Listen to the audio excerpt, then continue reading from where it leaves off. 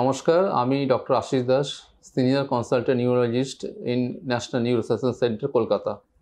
আজ আমি একটা খুব common neurological problem, that is migraine, নিয়ে কিছু কথা বলতে চাই। কারণ এটা খুব কমন জিনিস এবং অনেকেই মাইগ্রেন নিয়ে ভুগে থাকেন এবং দুর্ভাগ্যবশত অ্যাটলিস্ট 50% পেশেন্ট, মানে অর্ধেক মানুষ কিন্তু মাইগ্রেনের ঠিক ডায়াগনোসিস হয় না। ফলে তারা অনেক বিভিন্ন জায়গায় ঘুরতে থাকেন, বিভিন্ন ধরনের ওষুধপত্র খান, over the counter medication use করেন, যে ক্ষেত্রে তাদের সমস্যার সাময়িক সমাধান হলেও কিন্তু আসল মাথা ব্যথাটা কিন্তু থেকেই যায়। এবং অনেক সময় মাথা ব্যথাটা এতটাই তীব্র হয় যে তারা ওষুধ অ্যাবিউজ করতে শুরু করেন বা অ্যানালজেসিক অ্যাবিউজ হয় আর কি। এবং এখানে একটা significant limitation of activity daily living, তার মানে অনেকেই তাদের মাথা ব্যথার তীব্রতা এতটাই থাকে যে তাদের নিজস্ব কাজ, কর্ম, স্কুল, কলেজ বন্ধ রাখতে হয়। মাইগ্রেন একটা কমন প্রবলেম এবং দেখা গেছে 25 থেকে 40 বছর, মানে 15 থেকে 40 বছর মধ্যে 15 to 18% মানে প্রতি 5-6 জনের মধ্যে একজনের মাথা ব্যথার সমস্যা থাকে, যেটা মাইগ্রেন বলে পরে ডায়াগনোসিস হয়। এবং এটা সাধারণত মহিলাদের ক্ষেত্রে more common. Young female, that is between 15 to 40% patient, মানে এই এজ গ্রুপের মধ্যে এটা বেশি দেখা যায়। এবং সাধারণত সব পেশেন্টই মাইগ্রেনের হেডেক দিয়ে শুরু হয়, যদিও কিছু কিছু রেয়ার কন্ডিশনে, পার্টিকুলারলি বাচ্চাদের ক্ষেত্রে মাথা ব্যথা ছাড়াও কিছু মাইগ্রেন, যেমন vertigo, abdominal pain, episodic pain, এইভাবেও কিন্তু মাইগ্রেন প্রেজেন্ট করতে পারে। মাথা ব্যথাটা স্বাভাবিকভাবে টিপিক্যালি বলা হয় আতকোপালি ব্যথা, তার মানে একটা সাইড থেকে বেশি শুরু হয় এবং সেটা বাঁ দিক বা ডান দিক হতে পারে এবং ব্যথাটা তীব্র হয়, মাথার মধ্যে দপদপ করা এবং বেশিরভাগ পেশেন্টই ওই সময় গা গলানো, বমি ভাব, এবং তারা সাধারণত ওই সময় আলো, আওয়াজ, চিৎকার, চেঁচামেচি সহ্য করতে পারেন না। এবং বেশিরভাগ পেশেন্টই যেটা বলে থাকেন যে ওই সময় তারা একটু শান্ত নিরিবিলি পরিবেশে থাকতে ভালোবাসেন। অনেকেই দেখা গেছে আলো টালো অফ করে দিয়ে চুপচাপ ঘুমিয়ে নিতে পারলে, 3-4 ঘন্টা ঘুমিয়ে নিতে পারলে অনেক সময় বেটার হয়। এটা গেল সাধারণ মাইগ্রেন বা কমন মাইগ্রেন। সাধারণত 70 থেকে 85% লোক কমন মাইগ্রেনের শিকার হন। অন দ্য আদার হ্যান্ড 10 থেকে 15%, 10 to 15% পেশেন্টে কিন্তু একটা ক্লাসিক মাইগ্রেন মানে মাইগ্রেন উইথ অরা মানে হচ্ছে মাথা ব্যথা শুরুর পূর্বে ওনাদের ক্ষেত্রে একটা ভিজুয়াল ডিস্টারবেন্সেস হয়। তার মানে চোখে একটা আলোর রোশনি দেখা যাচ্ছে, একটা আলোর খেলা শুরু হচ্ছে এবং সেটা একটা চোখ থেকে শুরু করে অন্যদিকে যেতে পারে। এবং সাধারণত 15-20 মিনিট বা আধ ঘন্টা পরে তাদের তীব্র মাথা ব্যথা হয় এবং দপদপ করে একদিক থেকে শুরু হয়ে পরবর্তী ক্ষেত্রে সেটা পুরো মাথায় ছড়িয়ে পড়ে। এবং অনেক পেশেন্টই বারবার বমি হয় এবং ওই সময় তারা কথাবার্তা, আলো আওয়াজ সহ্য করতে পারেন না। সমস্ত ধরনের কাজ তাদের বন্ধ করে দিতে হয়। বেশিরভাগ পেশেন্টদের কিছু ওষুধপত্র খেতে হয়, পেইন কিলার খেতে হয় এবং কিছু কিছু মানুষ ওরাল ট্যাবলেট সহ্য করতে পারেন, তখন বমি হয়ে যায় আর কি। এবং বারবার এই মাথা ব্যথা হতে থাকলে ডেফিনেটলি এটা একটা ডিসেবিলিটি হয়ে যায় আর কি। প্রচুর পেশেন্ট দেখা গেছে রোদে বেরোলে বা অনেক সময় যদি খালি পেটে থাকেন বা পার্টিকুলারলি মহিলাদের ক্ষেত্রে পিরিয়ডের টাইমে, এসব ক্ষেত্রে মাইগ্রেন বেশি হওয়ার চান্স থাকে। কিছু কিছু ফুড স্টাফ, যেমন দেখা গেছে চকলেট, চিজ, অ্যালকোহল, তারপর এই চাইনিজ খাবারের মধ্যে যে মনোসোডিয়াম গ্লুটামেট বা আজিনামোটো ইউজ করা হয়, সেটা ক্ষেত্রে কিন্তু মাইগ্রেন প্রেসিপিটেট হতে পারে।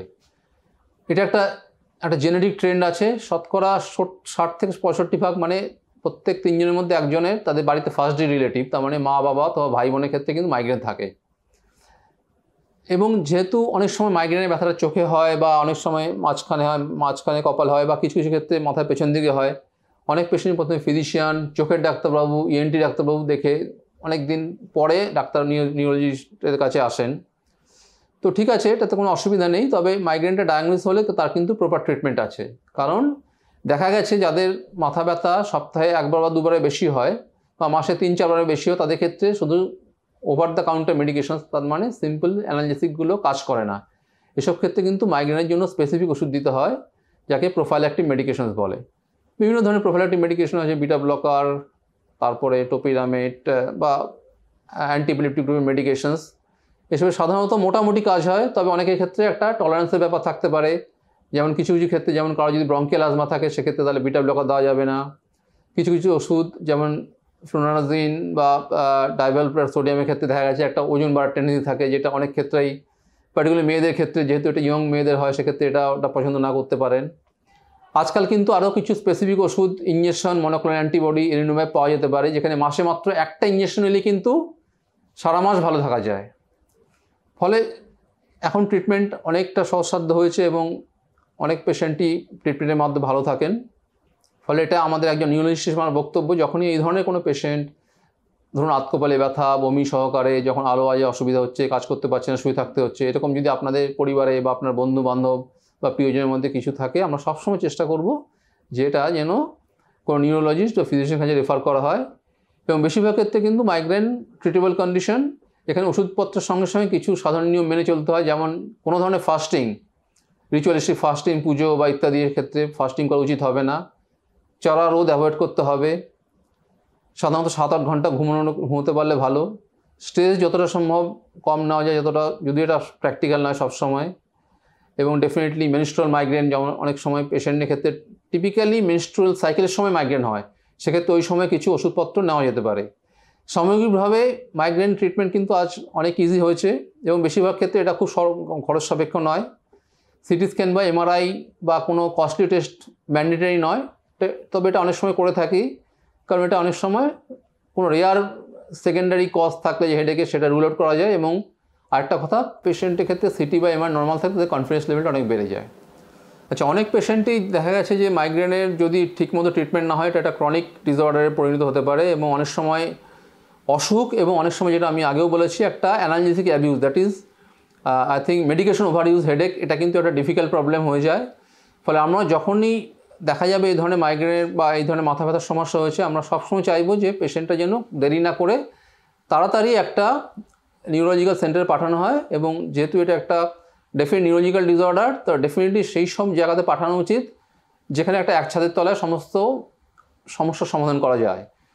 এটা আমাদের বক্তব্য যে এই ধরনের ক্ষেত্রে মাইগ্রেন বা লিমিটেড মানে হেডেক ডিসঅর্ডারের ক্ষেত্রে সবসময় পেশেন্টকে শুধুমাত্র আর কি অ্যানালজেসিক ওষুধ না খাইয়ে তাড়াতাড়ি একজন নিউরো সেন্টার বা নিউরোলজিস্টের কাছে রেফার করা উচিত। তাহলে কিন্তু পেশেন্টের ওষুধপত্র এবং কিছু লাইফস্টাইল মডিফিকেশন যদি করা যায়, তাহলে কিন্তু পেশেন্টের কিন্তু যথেষ্ট উন্নতি হতে পারে এবং তারা কিন্তু একটা কমপ্লিটলি নর্মাল লাইফ লিড করতে পারে। নমস্কার।